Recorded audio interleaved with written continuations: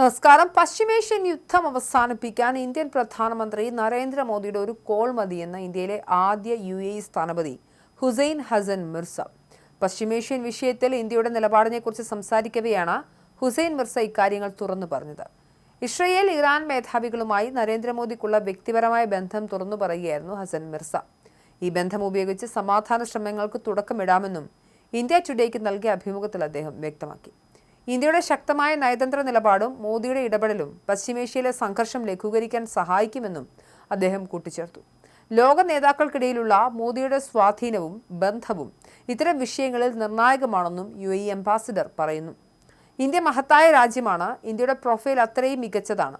ഒരൊറ്റ ഫോൺ കോളിലൂടെ മാത്രം വലിയ മാറ്റം കൊണ്ടുവരാനാകും. ഒറ്റ കോൾ മതി മോദി എന്ന് ഇസ്രായേലിലേക്കും ഇറാനിലേക്കും വിളിച്ചാൽ അവിടെ തീരും യുദ്ധമെന്നാണ് ഹസൻ മിർസ പറയുന്നത്.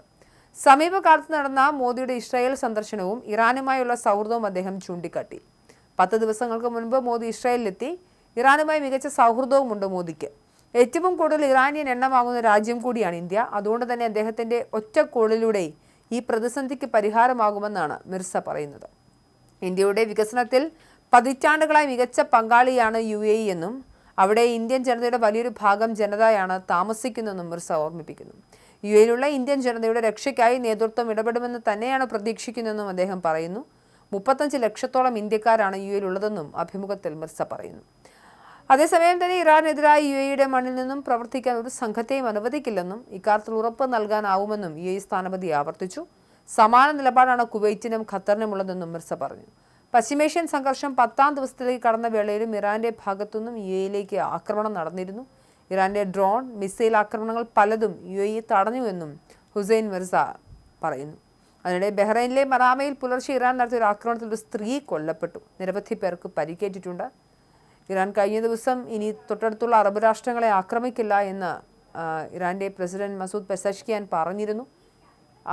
തങ്ങൾ ഇത്രയും ദിവസം ആക്രമിച്ചതിന് മാപ്പ് ചോദിച്ചിരുന്നു. എന്നാൽ ഈ മാപ്പ് പറഞ്ഞ മണിക്കൂറുകൾക്കുള്ളിൽ തന്നെ ഇറാൻ വീണ്ടും ഈ അറബ് രാഷ്ട്രങ്ങളെ ആക്രമിക്കുന്ന കാഴ്ചയാണ് കാണുന്നത്.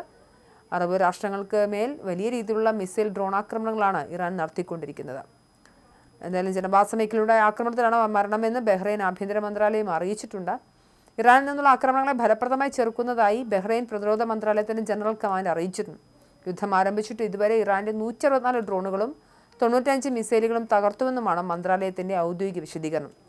സാധാരണ ജനങ്ങളെയും സ്വകാര്യ വസ്തുക്കളെയും ബാലിസ്റ്റിക് മിസൈലുകളും ഡ്രോണുകളും ഉപയോഗിച്ച് ആക്രമിക്കുന്നത് രാജ്യാന്തര നിയമത്തിന്റെയും മനുഷ്യാവകാശങ്ങളുടെയും ലംഘനമാണെന്നും പ്രദേശത്തിന്റെ സുരക്ഷയ്ക്കും സമാധാനത്തിനും അത് ഭീഷണിയാകുമെന്നും പ്രതിരോധ മന്ത്രാലയം പ്രസ്താവനയോട് അറിയിച്ചിട്ടുണ്ട്. എന്തായാലും പശ്ചിമേഷ്യയിൽ യുദ്ധം സമാധാന ചർച്ചകളിലേക്ക് നീങ്ങുന്ന സാഹചര്യമില്ല. എന്നാൽ യുദ്ധം തീരാറായി എന്ന് ട്രംപ് കുറച്ച് മണിക്കൂറുകൾക്ക് മുമ്പ് പറഞ്ഞിരുന്നു. എന്നാൽ യുദ്ധം തുടങ്ങിയത് നിങ്ങളാണെങ്കിലും എപ്പോൾ യുദ്ധം അവസാനിപ്പിക്കണമെന്ന് ഞങ്ങൾ തീരുമാനിക്കുമെന്നുമാണ് ഇറാന്റെ പ്രതിരോധ സേന വ്യക്തമാക്കിയത്.